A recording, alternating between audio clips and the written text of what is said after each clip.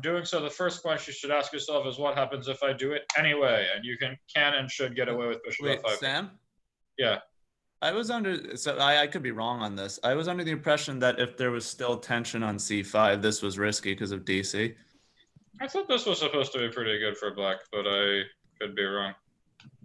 Like, I know that there's the line where they play queen b3, c4, queen c2, and then bishop f5. Yeah. But I I don't thought know. this was supposed to be pretty good for black. Maybe but it is. I don't know. I had thought that. you can also take on d4 first and then play bishop f5. But anyhow, g6, I think, this I don't like, because I think if you want to play bishop f5, you can do it without g6. And what I don't like about this is it means this bishop sort of has to come to g7.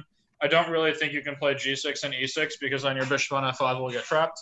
But if this bishop has to come to g7, it's a very bad square for the bishop, because it's blunted firmly by white's pawn chain. So I'm not a huge fan of this one.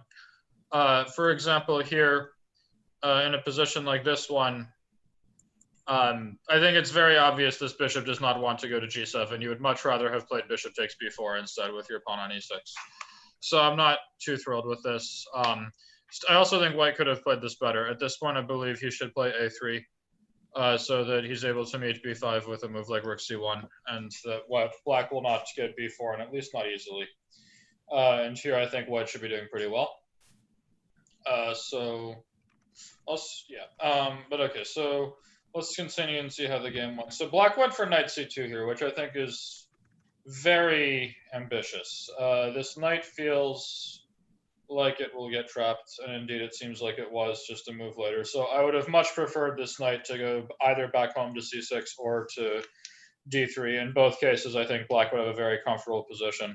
My instinct would be knight c6. If knight d3, I would be worried that this position might open up before black is ready for it. Sorry, rook c1 instead. And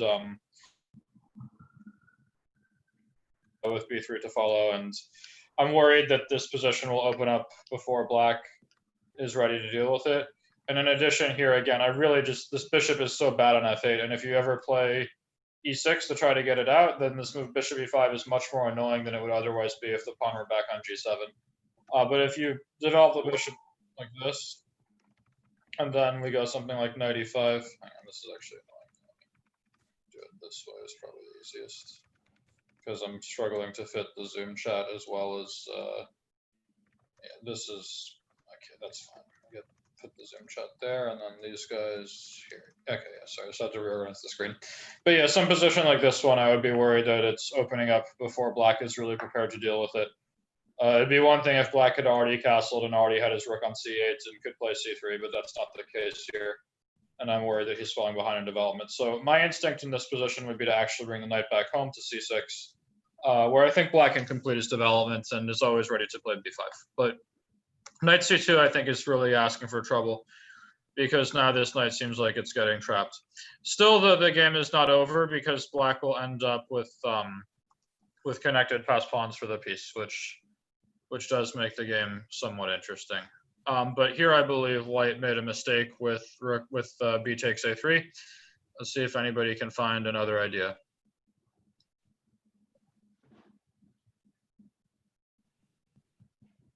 Yeah, okay, so it looks like Josh has a suggestion. Rook a1. Yeah, so I like this move, rook a1, which I think makes it very hard for black to hang on.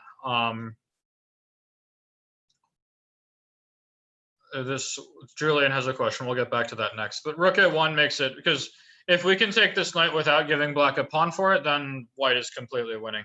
But the problem is it's not so easy, because if black were to play b4, now if he wants to win a pawn, he's going to have to mess up his structure a bit, which he really is not happy about having to do. He could play b3, but I think it's very reasonable for white to counter-sacrifice here and simplify the position to one where he has a clean extra pawn and a big lead in development, which should prove decisive very quickly. But also here, and this is another point where we see how g6 is sort of harmful, is that because this pawn is not back on g7, black is going to have a hard time having this bishop take back on a3. For example, after bishop e7, b takes a3, he cannot take this pawn back thanks to the hanging knight. And black didn't really have another option because this pawn on g6 was misplaced. Maybe black can try c3 to distract the b pawn. But after something like b takes d3, I don't think white even needs to do anything special. He will play bishop e2, and there's not a darn thing black can do about this pawn getting captured, and he's going to go down a clean pawn, and the position will fall apart. So I don't know. I have a feeling rook a1 was probably a bit stronger. But somebody is asking what happens if black plays bishop d3 here. That's not such a stupid question, but I think white has a pretty strong response. See if anybody can figure out what white should play.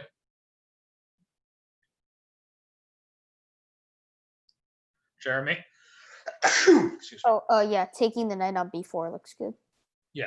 So here, now black is forced to take on a1 and then take on a2, and he has equalized material, but he's too far behind in development, and I believe he can more or less resign after knight e5, as I don't see a particularly good way of dealing with rook a8 coming next. And it seems as though black is absolutely lost. So it's a good question, but I think it didn't quite work here. So instead, though, we get this position here where black ends up with the connected pass pawns for the piece, but I don't think the pawns will be good enough because a lot of white's pieces are in good position to stop them. And I very much like the move bishop c2, because now not only does this trade off bishops, but it means that this f1 rook is ready to come to b1, and these pawns are going to come under a lot of pressure together. Still, I think black maybe could have kept the fight going if he had played b4 to get this pawn to b3. It looks really bad for him, and I'm very tempted to simply sacrifice here and play a position like this one and let black decide if he wants to go a clean pawn down after allowing rook takes b4, or if he wants to let white invade on c8 with the rook, neither of which looks particularly appetizing. So this looks very tempting to me to sacrifice a piece back when, well, black had 2 pawns for the piece, and we got 2 pawns back, and I believe we'll probably get a third as well. So this looks very tempting, but at least that would have kept the game going. Instead, after bishop g7, rook b1, now black is losing his pawns. Because if he tries to defend, I believe that bishop c7 and then bishop b6 should lead to winning the b5 pawn. So black tried c3, I guess, just to keep things complicated, but this won't help. After knight f1, well, maybe if black plays, no, but knight e4, there's rook b5, yeah. So as soon as black loses one of these pawns and only has 1 pawn for the piece, I don't think there's much more to discuss. And indeed here, rook c5 was probably not going, doesn't strike me as necessary. I would have rather tried this with rook b8, because then this pawn on d4 keeps the bishop on g7 blunted and unable to defend the c3 pawn.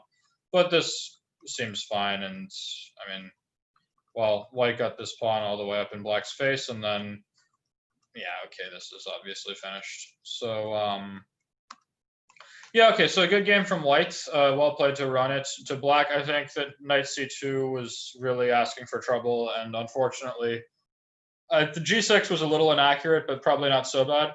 But the real problem was knight c2 was a serious mistake. And one unfortunate thing is that if your opponent plays a really good game, only making one serious mistake can be enough. And I think here that's exactly what happened. White played very well, and seems like won a very clean game. So well played to run it. Any questions on this game, or should we move on to the next one? I had one further opening question on this. So, because again, like I've studied this line, so I want to see if I'm misunderstanding. So my understanding with g6 is black intends to play bishop g7, castle, and then knight to d7 with e5 coming. Yeah, but I mean, if you're going to do that, I think that including queen b6 and queen c2 is not in your favor. Okay. For instance, here, like let's say we go bishop e2, bishop g7, castles, and like I could even, let's say knight bd2, knight d7. Well, usually white will include h3 to avoid knight h5. Oh, is that necessary? Like, what if you? What am I scared of? Knight h5 here, bishop g5. Maybe castle before knight h5. Okay, but so castle's knight h, yeah, and we get something like this, and then you have to be careful with black here. Like, I mean, you can get your queen trapped in like 3 moves if you're not careful. But I don't know. It's been a while since I've checked this. Perhaps this was a more consistent way of playing, but I don't know. So, okay, in the game, white played knight b2, but for example, after bishop g7 here, white could play a move like knight b3, and I don't know. I mean, if you're playing queen b6, you really want to be following it up with bishop f5. It's not like this is the only good plan, but if you wanted to do something else, you shouldn't have played queen b6, is how I would say it. This is just me. It's not the computer, so it could be completely wrong, but, you know. Anyhow, other questions, or should we move on to the next one?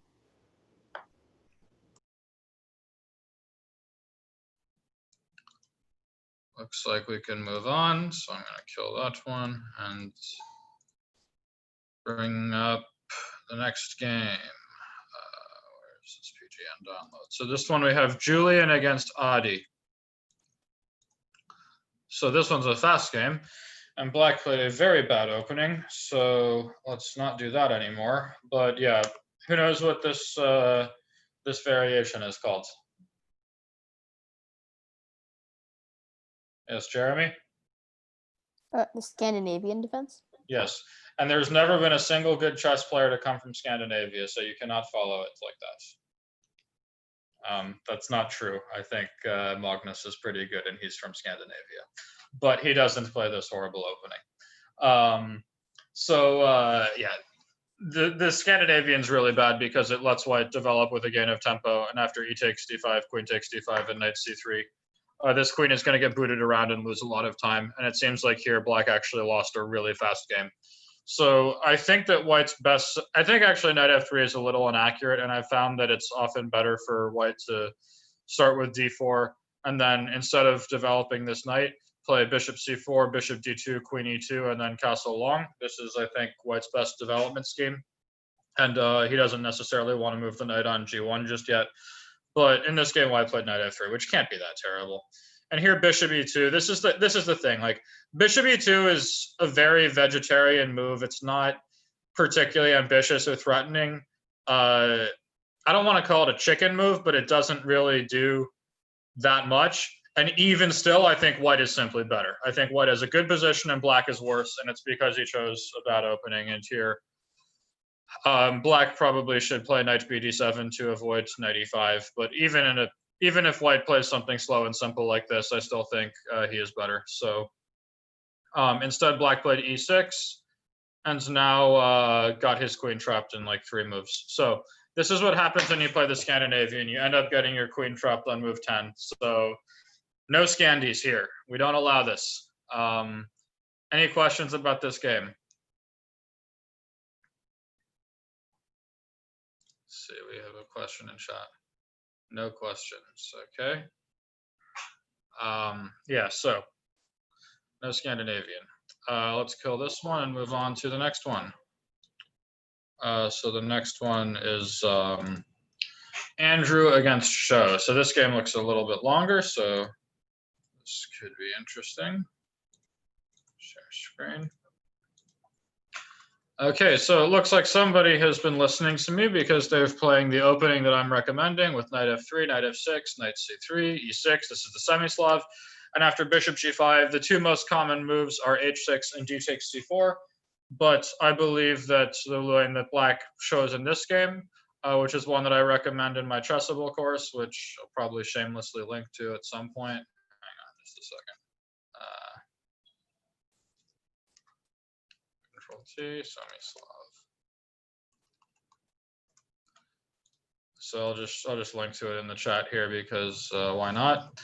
But it looks like black was following my recommendations to a point and played instead knight bd7. But after e3, queen a5, c takes d5, here black took with the e pawn on d5, and I think this is a poor decision. I think that if white is able to consolidate, he should be a little bit better because his pieces are developed a bit faster, and black's queen on a5 is somewhat misplaced, and black should be trying to make very dynamic things happen. And I quite like the idea of instead playing knight takes d5, pressuring the knight on c3. So for example, one line that I give is rook c1, knight takes c3, and now here. And now black has a very important move in this position, which is a little bit like a deep strategic move. But let's see if anybody can figure out what black's best move is.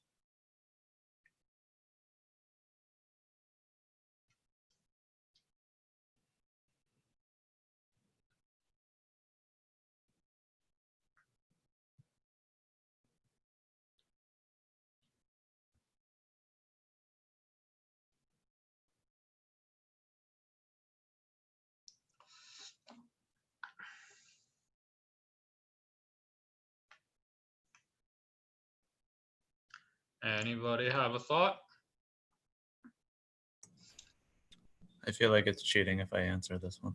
Okay, so Coach Logan knows, but all right, guys. So the way we want to think about this, who has more space, white or black?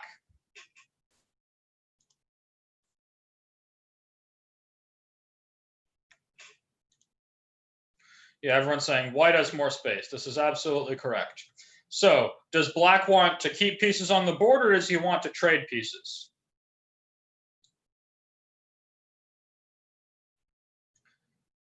People are right. Black would like to trade pieces. Now, specifically, black has one very, very, very bad piece that he would be very happy to exchange off. Which piece is that?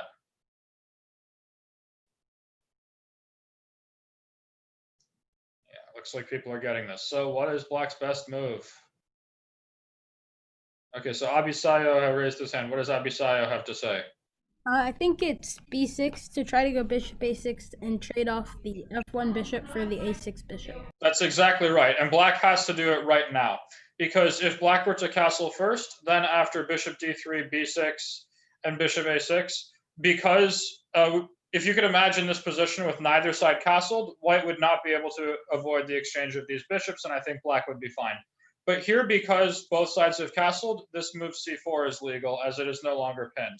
And now what happens is white is left with this fantastic bishop that is putting a lot of pressure on black's king side.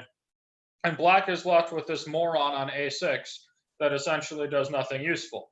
So, but if we compare that to what happens if black starts with b6, then after bishop d3, bishop a6 here, before black castles, is able to force this exchange. And having one less pair of minor pieces is very helpful. Now, black's best plan is to play rook f to e8, tuck this bishop on a3, back away on f8, and then depending on how white plays, black will be able to pressure his center with either c5 or e5. So white has a bigger share of the center for the moment, but black will get it back in the next couple moves once he gets either c5 or e5 in, and I think his position is absolutely fine. But instead, here we have a line where now I don't really see how to solve the problem of this bishop, and it feels like black's queen on a5 is a bit misplaced. And indeed, and there's no real dynamic potential for it. Indeed, it seems like just a few moves later here, black felt the need to bring the queen all the way back to d8, which is not a sign that his position is going particularly well. And here, white played rook ae1, which is not totally stupid, but I have another move that I would prefer.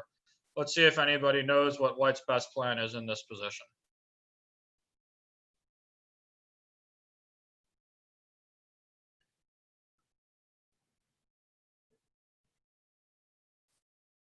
Okay, Josh, what you got for us? To play for e4, so maybe you can play e4 now. Yeah, I mean, rook ae1 is clearly trying to prepare e4, but I think that's the wrong plan here. Because, for example, as soon as you play e4 and black gets something like this, I think the biggest problem black is facing is that this is a very bad bishop. And if after e4, I think what's going to happen is it's very likely that these knights are going to exchange in some way. Black will trade one pair of knights, and that way he will be able to get his knight on d7 out of the way and be able to play bishop e6 next. While in this position here, it's much harder to get this bishop out because realistically, the square this knight wants to go to is f6, where its brother is currently standing. And black would be very happy to exchange one pair of knights as a result. So I think white has a better plan. See if anybody knows what that might be. Pretty typical Carlsbad plan.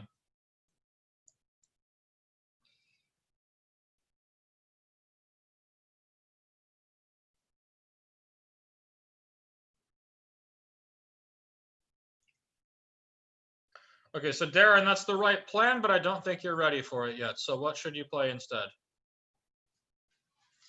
Okay, so Darren's almost got it right.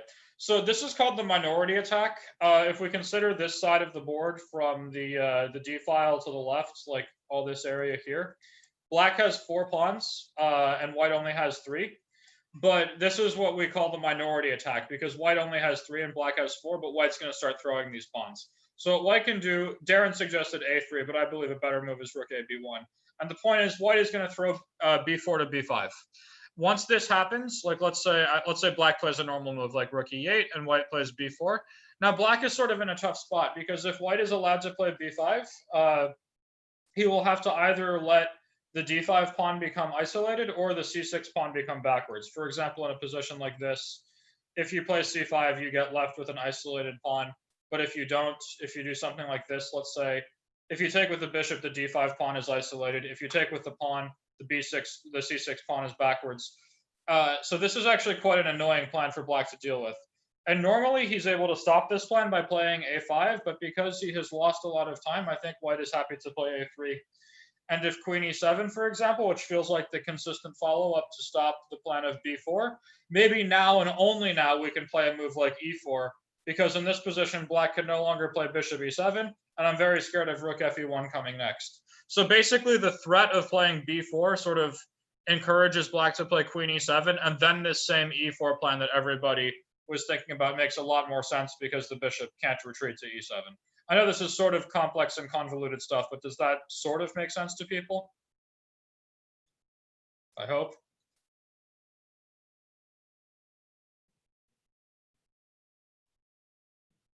Yeah, so I like this plan of rook a b1 trying to play b4. So instead, white played rook a e1, which is not a bad move, but it's also not even remotely subtle. It's very obvious what he has in mind. So after rook e8, a3 here, black played knight b6, and I would have much preferred the move a5 to stop white from playing b4. And now white could even consider like admitting that rook e1 was a mistake and playing rook back to e1 to try to play b4. But this position doesn't seem so easy for. Instead, though, black played knight b6, and this feels like it's asking for trouble. Because, yeah, after e4, here we see that in this position, the knight is sorely missed on d7. It would have much rather been there to keep the f6 square under control, and as is, black's pawn structure around his king gets ruined, which is not a good sign for his long-term or short-term safety. So white played rook takes e8 check. I think to me, queen c1 looks even more natural. I'm ready to route this queen to f4 if I can draw an arrow without looking like a doofus. But yeah, this queen coming to square like f4 and harassing the h6 pawn, and black's king looks very likely to perish in the coming moves. So instead, this was played, and I think black should have at least tried queen f8 to keep the king side secure and keep g7, keep h6 protected. I don't like his chances. It's ugly, but maybe not completely hopeless. But once this queen is sidelined like this, and now white gets the knight into the game, this is not going to do it. And here it seems like the game ended very promptly, as now black's king is completely fried. If you could imagine a position like this one where this queen on b5 teleported back to f8, this would be far from glorious for black. It would definitely not be fun, but he would not be dead either. Like, you could imagine him sort of fighting back and staying in the game. But with the queen sidelined on b5, there's no chance. The king will die. Okay, any questions on this game, or should we move on?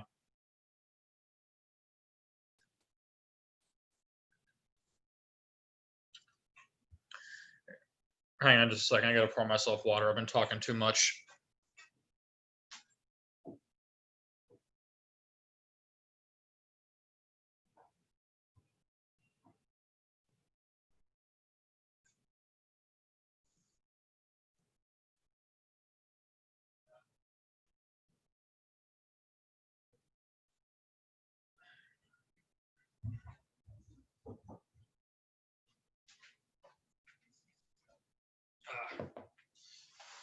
All right, sorry. Okay, to Ziji Qiao, thanks for joining. We'll see you next time. Have a good day. Let's move on to the next game. So, PGN down. So here we have, we have a nice long game. This is Indira against Emma. So let's see what we have here. 128 moves, wow, and a draw in the end. Okay, so this game, who knows what this opening is called? Scotch Game. Scotch Game. It's named after the country, not the drink. But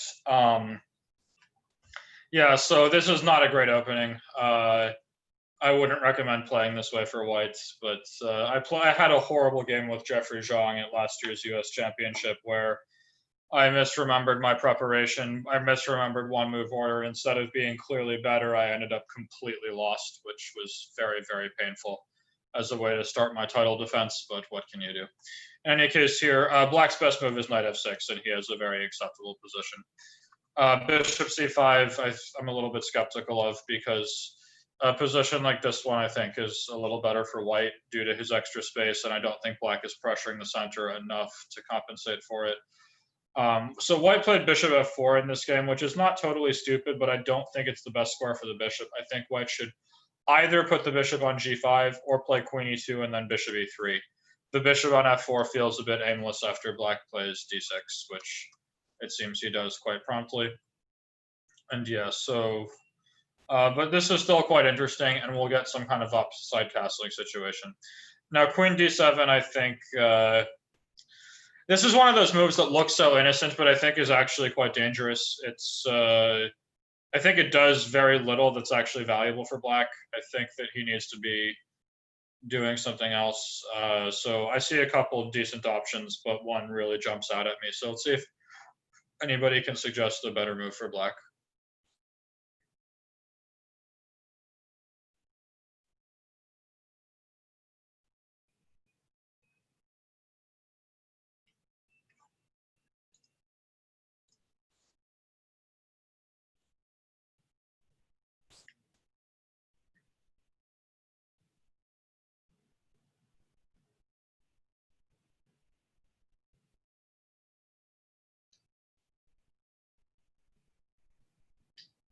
Okay, so a couple people have given me knight g6, which makes some sense. And this is the reason that I kind of would have preferred the bishop on e3 in the first place, but I'm still not convinced by this. I'm quite worried that f4, f5 is on the way, and that looks very annoying to deal with. So Darren is saying knight b4 and then a5. That's close. The move I had in mind was to play a5, trying to play a4, which is actually a pretty annoying threat to deal with. Because white can certainly stop it by playing a4 himself, but then this knight becomes absolutely fantastic on b4, where it will cause white no shortage of grief. And I think that black is doing reasonably well. And if white plays knight a4, then we can retreat. So doesn't white play bishop b5 after a5? Maybe, but I'm not particularly scared. It strikes me that this bishop will be unstable. I don't really think it's doing anything proactive and instead only playing defense. And I'm even wondering if black can throw f5, for example, when it's pretty clear this bishop was doing something useful on d3, because now once f5 comes, the bishop on d3 would have been really good. Well, now black is able to break down the space advantage. So maybe this is possible, but I thought a5 seems like a good move. Instead, this happens, and now I really, really dislike that white let black take this bishop. I think that white should have played bishop e3. This knight on g6 is not very good. It's going to get booted around by moves like f4 and h4 and h5 coming. So I don't know, say we get some position like this. White's next move is f4 controlling e5, then it's h5 kicking the knight and gaining more space. And this is exactly the kind of thing that should end very badly for black. But instead, h5 strikes me as a big mistake, because now this bishop is a lot. Black is able to exchange off that bad knight for a pretty good bishop, and here it seems like black has things under control again. But still, it's messy. So there follows f4, queen f6, knight d5. Okay, so we get an opposite bishop scenario. But here I actually think black made a very serious mistake with knight d4. It all comes down to these pieces. If we remember that black's knight on g6 was a very bad piece that shouldn't have been allowed to be exchanged, I would make the exact same case about the knight on b3. This knight is very bad. It will run. So, like, for example, let's say, sure, someone is saying knight b4. I guess maybe if a3 there is knight takes d5. Knight b4 might even win a pawn on the spot, it actually looks like.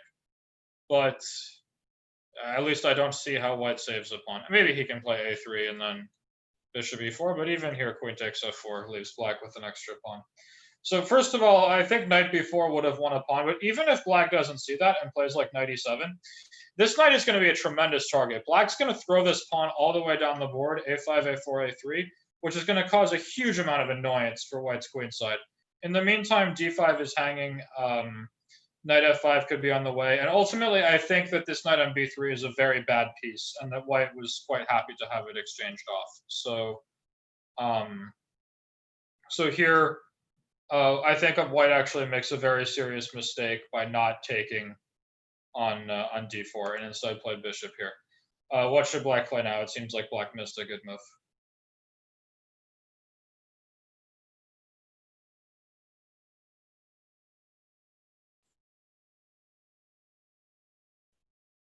Yes, Julian, well spotted. Yeah, so knight f5 would be very powerful when black is looking at the weakened d3 square, and this position looks like, I have a feeling white will lose some material before the night is over, or at least I don't see how white will save everything. For example, after queen f3, if black plays a patient move like rook e8 and is threatening something like rook e3 followed by knight g3, it's very hard to stop. For instance, after rook e1, I see a nice idea here to play check and then knight h4 when black will win the pawn on f4 and end up with a pawn to the good, and white still hasn't solved the problem of this knight on b3. So this looks really, really bad for white. Black is much better. But knight takes b3. Even here, I think black is still a little better because it's a largely symmetrical position, except this pawn on d5 is a drawback for white. It's blunting this bishop, which means that bishop is not very good. While this bishop is much better. Someone's asking why rook e8 instead of knight e3. I thought it was a more patient move. Hang on. Knight f5. Yeah, so I thought it was a more patient move. Like, if you start with knight e3, basically here, like, we have to put our knight on e3 doing this, while for me it was very clear I want to put something on e3, but I wasn't completely convinced it should be the knight. Like, as we saw after rook e8, rook e1, knight e3 is... Oh, I see, the c4 bishop is just hanging. Maybe I had to put the queen on a smarter square. Yeah. No, you're right. Here knight e3 would have been very powerful as well. Probably even stronger. Queen d3, but still knight e3, and now f4 hangs. And it seems like after knight f5, I mean, even with my extremely stupid move rook e8, when the move you guys are giving with knight e8, knight e3 is better. Even with my stupid move, it looks like black still has a very good position. So, as far as I can tell, white is losing material on the spot here, and should be basically lost. Instead here, black is still a little better, but it's not as convincing as it could have been. And then it seems like black, if we're thinking about how white is going to fix this bishop, the only way to do it is to play c3. So it's sort of very strange to me that black would force white to play c3, as that's the move white wishes to play anyway. I would think black should instead play a move like rook f8. I think white has to bring a rook to e1 to contest the e-file, but this still looks quite comfortable for black to me. For example, let's say he plays king f8 and after c3 swaps a pair of rooks and then another pair of rooks. I think this position is a little bit loose for white because of the weakness of the f4 pawn and the black squares. It's not that bad. I think he should hold it, but it's a little unpleasant. But instead, at the end of all this, white ended up getting this move queen d3, in which I'm guessing black simply overlooked. And now, well, we're facing a small problem on h7. And black felt the need to play this. And here I think white made a very impatient move with rook takes e8. I have a pretty strong opinion as to what move is best. Let's see what you guys think white should play.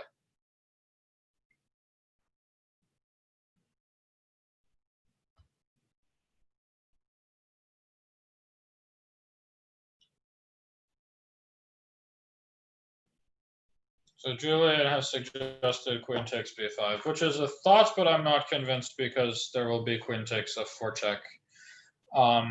What my goal is with white, I mean, so yeah, I think white's goal here should be to win a pawn without exchanging a bunch of pieces. So for example, queen takes g6 accomplishes half of that goal. And I don't know, maybe white is simply winning this position, but it doesn't look that easy. We get something like this. Black is ready to play king g7 next to kick this bishop away. The king will sit on f6. The other rook will come to g8. Black's position's pretty solid. There's opposite bishops. I think black's drawing chances here are quite reasonable, and I'm not convinced that white is just winning. So the move I very much like is g3, which is quiet, simple, basic, but now we have stopped queen takes f4, and white is going to have real trouble holding his position together. For example, somebody was suggesting rook e6 here, which I don't think is great because black can take it and then take here and then duck the queen back to something like f6 when black looks more or less okay to me. He will play rook e8 next, and I think he has everything mostly under control. But if we play g3 first, this move rook e6 is not joking around. And it's hard to do anything about because if you're, I mean, the b5 pawn is hanging. If you play a6 now, I believe rook e6 is extremely powerful because we basically got the same position that we got a second ago, except black did not get to take the f4 pawn. And if white is able to take g6 next and have two connected pass pawns in the endgame, he should win pretty easily. So this looks extremely dangerous for black to me. But if he plays king g7 to save this pawn, now I can take on b5 without f4 hanging, and white ends up with a pretty clean extra pawn. So I think that g3 was the best way of playing this. Rook e8 strikes me as a bit impatient. And here, for example, I guess, yeah, I mean, black cannot take on f4 because after king b1, I don't see how he holds. Actually, maybe he can play this and play queen f7. This, nah, but rook f1, and something will fall here, I think, because you cannot defend both e8 and g6. Something is going to fall, and this is bad news. So I don't know, maybe this is fine, but to me, I thought it was much more natural to play g3. Still here, but now queen d3 is a big mistake because this is going to let black get an endgame. Indeed, here it seems like now black ends up with an opposite bishop endgame with only one extra pawn. And the best value, I mean, opposite bishops are great for defenders in the endgame, but they're very good for attackers when we have weak kings. And here, this is one of those cases where black's king is quite vulnerable and white's is not vulnerable at all. And I think that if white starts going queen d3 and then rook e1, rook e6 next, white will win very routinely. So I think that queen d3 allowing bishop takes h4 was a huge mistake because not only does it trade queens, but it also trades a bunch of pawns, which, well, it's back to basics, but when you're ahead materially, you want to trade pieces, and when you're behind, you want to trade pawns. So I think that queen d3 is quite a serious mistake, and that now black's drawing chances have gone up a lot. So white then traded rooks, which I think is not a great decision, but it's also not easy to see. I mean, I think maybe white could try something like rook e1 and hope for like organized bishop f3 and then get this rook to somewhere useful. Seems like a decent plan, but once these rooks trade, I have a feeling black should hold this, but I'm not sure. So let's see how this played out. But white's going the wrong way. This king will not do anything on the king side, and it needs to come to the queen side. Like if you can imagine this king sitting on a square like b7, black will struggle to keep everything defended. Nonetheless, I believe black is alive in a position. We can't do that. Let's start with king e7. I believe that a position like this one should be a draw. I don't see how white's going to break through.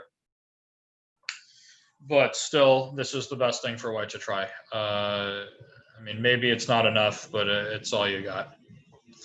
So, I don't know, maybe this is actually still could be some winning chances. We could go c4 and then start getting these guys moving and eventually get c5 through, but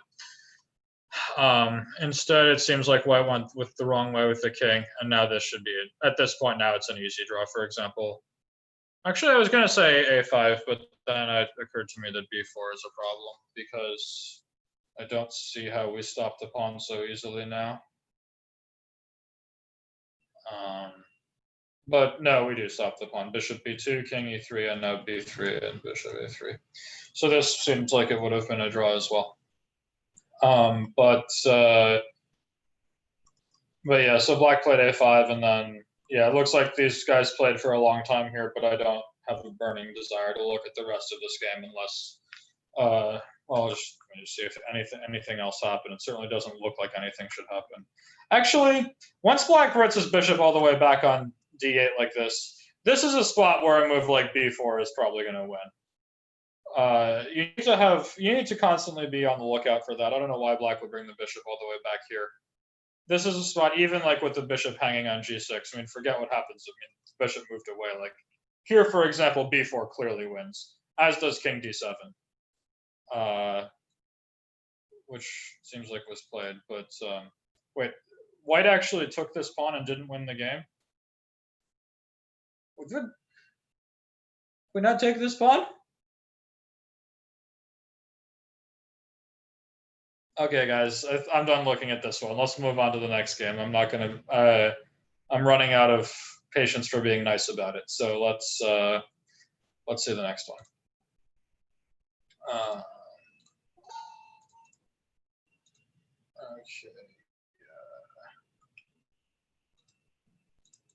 Next one is Rion against Aliyah. So let's take a look at what we got here.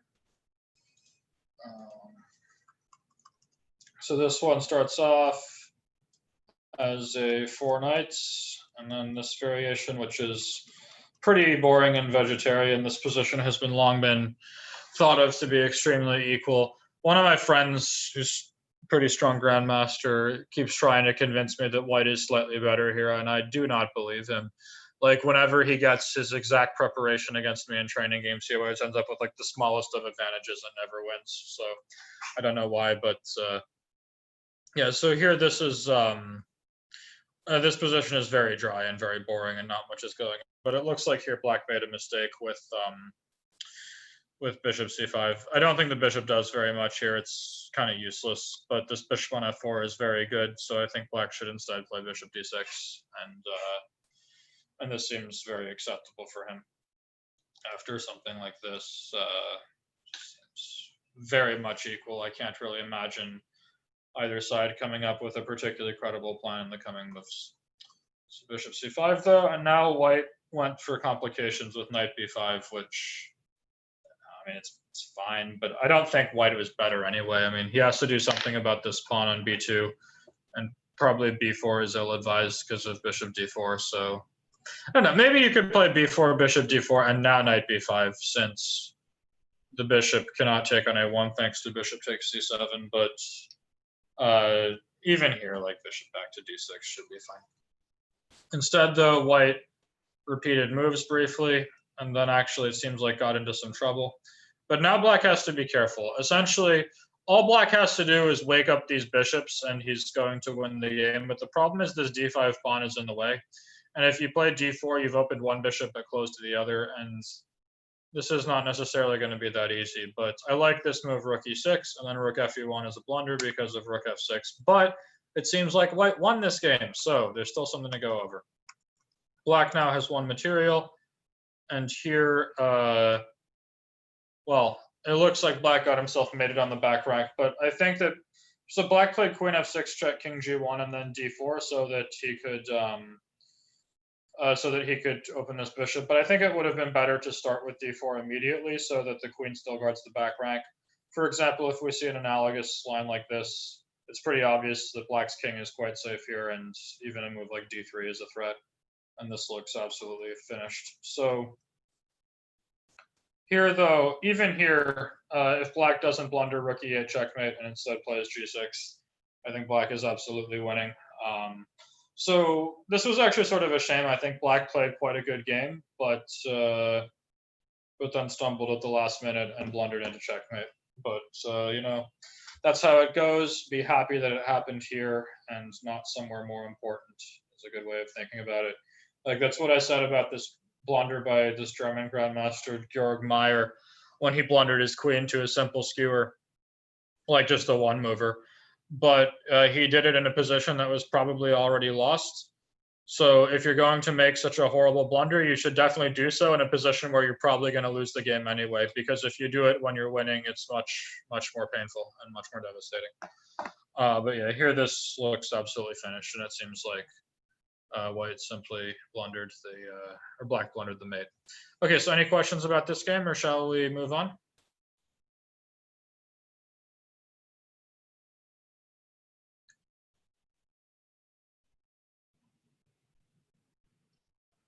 All right, I think Coach Logan has one more for me. So, and it's a longish one, so it should be fine. Okay, so this last game we have is Manogna against Matthew. I'm sure I mispronounced the white player's name. I apologize for that, but I'm doing my best. Okay, so Manogna against Matthew. We have e4, e5. So this one starts as an Italian game, but with knight c3, which leads to some kind of symmetry, which I don't think is wildly threatening for black. We have a chat here, question here. In the 4-knight Scotch, what does white play for? Usually to just make a draw and be boring. It's not a very good way of playing chess.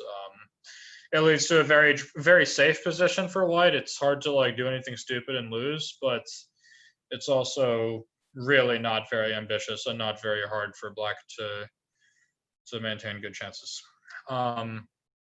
So here knight c3 though I think is not a great move. It's not wildly ambitious, and the point is that by playing knight c6, black has blocked his c-pawn, while white has not blocked his c-pawn, so he can play c3 and fight for d4 later.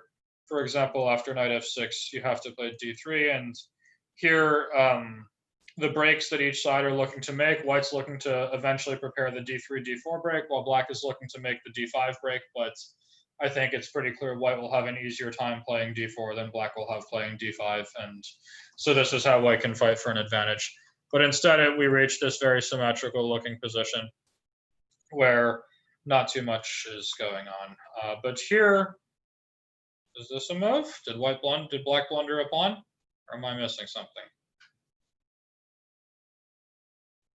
Anybody see a big, handsome continuation for black?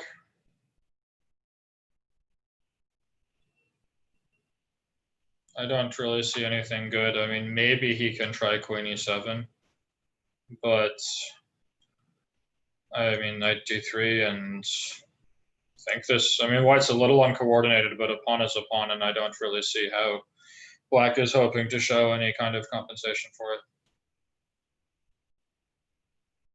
He cannot take on e4, as at the end of all this, there will be knight c5, and if he has to move his bishop away and then white goes d5, e5 kicks this knight, then knight d5 kicks the queen, then c3 and kicks the other knight, and black is pushed all the way back.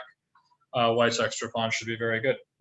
But instead, white didn't see it, and then it looks like white again had a chance to play knight takes e5, and again failed to see it. So try to be a bit more incisive, and now finally knight e5 is no longer a thing. So now a3, d5. But here, it's a little bit hard for black to keep everything under control. So for example, after d takes c4, here I think white missed the best move. Let's see if you guys can figure out what white should play here.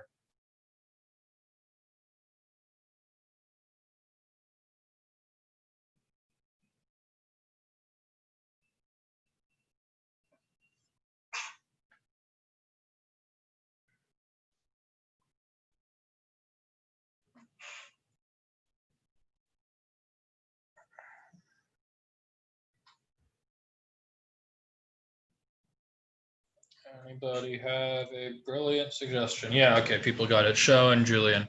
Knight g5 is very powerful.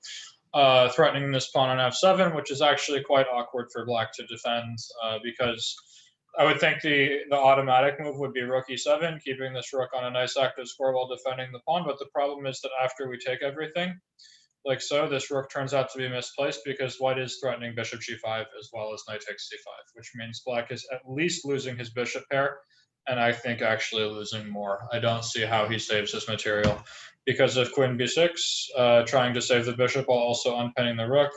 In addition to generally thinking that black should be mated after bishop g5, queen h5, white has a very simple move here that wins the game on the spot. What should he play?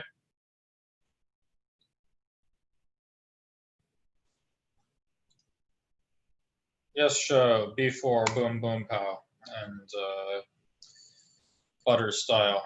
And yeah, the bishop is dropped. So, but if that's not going to work, the black will probably have to play something very ugly like rook to f8, or give up his bishop pair with something like this, when white should be very comfortable because his bishop on h2 is going to be extremely powerful and it cannot be challenged. So I think white could have played knight g5, and de4 is a little bit quiet, and then here black seems more or less okay. But here black missed a tactical shot, I think. What should black play now? Yes, everyone's got this. Bishop takes f2 check is very powerful, and at the end of all this, black ends up with an endgame with not the best extra pawn in the world, but still a pretty good one. And I think that these doubled pawns are not glorious, but they're not harming black's position that much. King and pawn endgame will still be winning because of f5, and white's knight on c3 isn't very good, so this should be very good for black. Knight h5 was played instead, and queen f3. And I guess black was hoping for bishop f2 in the coming position, but there is knight a4. And again, here I think black could have taken on f2 as a desperado, because he was already a piece up. So now he is going to lose a piece back, like the way he played, and he lost this bishop and then this knight. Now material is equal, but black's king is open. So he's losing a piece no matter what. But since he's already up a piece, that's not such a big deal. He wants to get as much as he can for the piece he's about to lose. So why not grab on f2 when he not only will take a pawn, but he also will get the queens off the board, which means that this sort of fractured structure around his king, which could lead to some weaknesses, is not nearly as problematic as it might otherwise be. So I think bishop takes f2, a position like this one. Let's say we go stick white's rook on this glorious a2 square, and then play rook a d8. This looks very uncomfortable for white, and I would expect him to lose this endgame because of black's extra pawn and superior pieces. So I think bishop f2 would have been good. Instead, we get this business, and now white sort of has a free attack. And here I think that rook e3 might have ended the game on the spot. I don't see how white is going to save the h6 pawn, and if rook g3 and queen h6 comes, I think his odds of survival are extremely grim. This looks basically crushing. I don't see how the game will continue. Instead, b4 is played, which is not bad, but not nearly as convincing. So queen c2, and now we get a position like this one where all of a sudden black's rook can come to g6. And here, I think black's structure is bad strategically, but at least now I'm no longer worried for his king safety. I think his king will be totally fine. It's just the question is, will he have bad structure for pawn weaknesses? And as a result, I think black's defensive chances go up quite a bit. So instead, there is black got the queen back, and here it seems black even managed to win the game as we get this position. And finally, black managed to trade off his bad doubled h pawns for a valuable central pawn. So white probably, I think e5 was a bit over anxious. I would have been a bit more patient. Maybe start with king h2 so that white can play g3 next without having to fear queen takes h3, and looks pretty good for white. e5 feels like a bit loose, and now black managed to trade off his Isolani. And now at the end of all this, white's rook actually ends up being quite misplaced on h6. In a position like this one, if there were queens on the board, I could easily see a mating attack surfacing connected with the h7 square, but as is, I think the rook is simply misplaced, and already white has to go into damage control mode. Here I believe king g3 was not best. I would have started with rook d6, pitched this pawn, and tried to go harass the queen side, which I think should secure a draw without a ton of discussion. Black can still push a little bit in this position, but just a little. A position like this, say we get something like this. and I guess rook a6. I think that realistically, white is going to save this game very, very easily because black, his king cannot cross the third rank, so he cannot, or the sixth rank, so he cannot come and harass white's pawns. The only thing I could think black could try is to bring his king all the way to b8 and then play rook b6 to try to get the a pawn moving, but that means at some point abandoning your king side. So for example, if white goes like king g3 and says, okay, do you want to let me go king h6 and take the h pawn? Okay, well, I'll race you then. So I think this would be a very routine draw for white, and black couldn't try very much. Instead, king g3, I think, is trying to save the wrong pawn. If you lose the f2 pawn, it doesn't matter that much, but if you lose a pawn on the queen side and you end up with a position like this one where black has a 3-on-1 majority and could potentially hope to turn that into a 2-on-0 and make connected passers, this is the spot where things can really go wrong. And here, white absolutely needed to play g4. If this game goes long enough, white will lose. There's no doubt about it. He needs to make counterplay, and making a pass pawn is a good way to do so. And I believe he should hang in there. But it seems like eventually white tried this, and then here it seems like just when the draw was in sight, he blundered into a pawn endgame. I think a move like king f5 there is rook b5 check, but say rook d6 should be a pretty comfortable draw for white. I don't think that black can try very much. White is ready for h5, h6 with counterplay. He is threatening the c6 pawn. These pawns are split and slow, and I think that it should be held. But rook a4, black expertly sees that this pawn endgame will be lost, and then f5 is a great way to put on the final touch.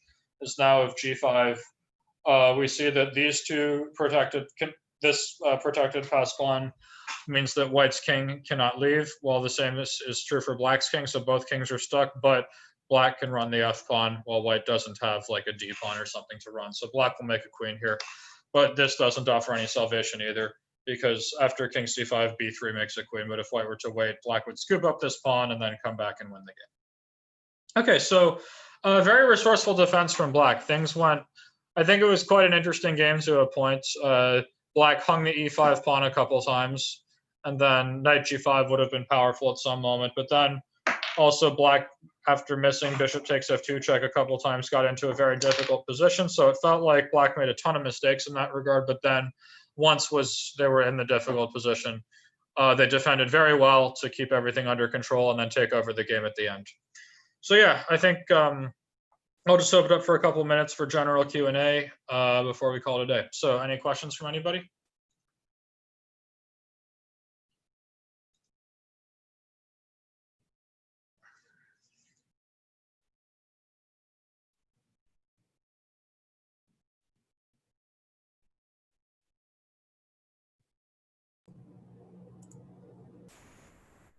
Josh, you can just ask your question.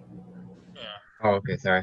My question was could you put a game or two in the chat for attacking chess, like a really nice attacking game that you did or something like that? That I played or of anybody? I guess for anyone, but I no, from you. I think that'll be nice. Okay. I'm not much of an attacking player, but let me think of, hang on just a second. I will find one of my games that I attacked somebody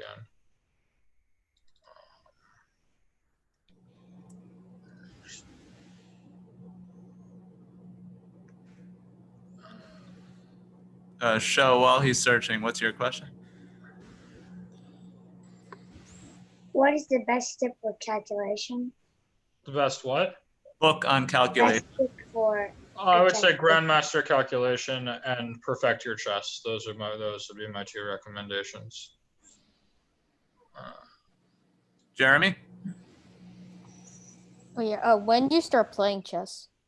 When I was 11.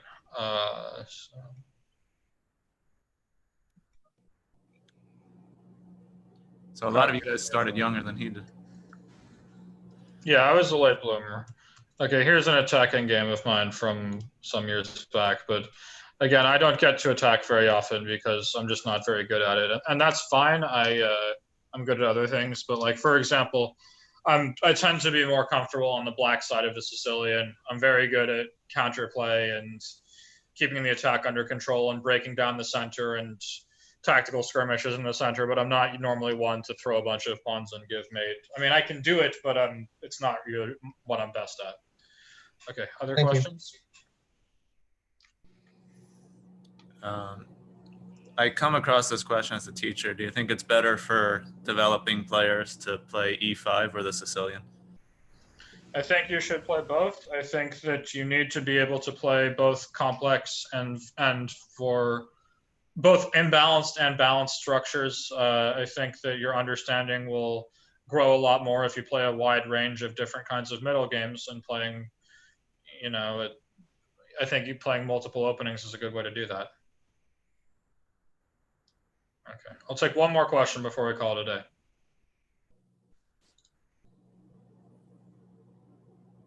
Don't be shy. I got some ridiculous questions from US chess school students. Yours can't be worse. Okay, Darren? show. Darren, okay. Yeah, Darren. Who's your favorite player? My favorite player of all time has to be Garry Kasparov. He was my hero growing up. I loved his dynamic style, and yeah, he was really great. I also liked that he basically never made quick draws, which nowadays is less of a thing. But like, when I was excluded from the FIDE Grand Prix series, and then the guy who they put in instead of me just drew in 10 moves every game.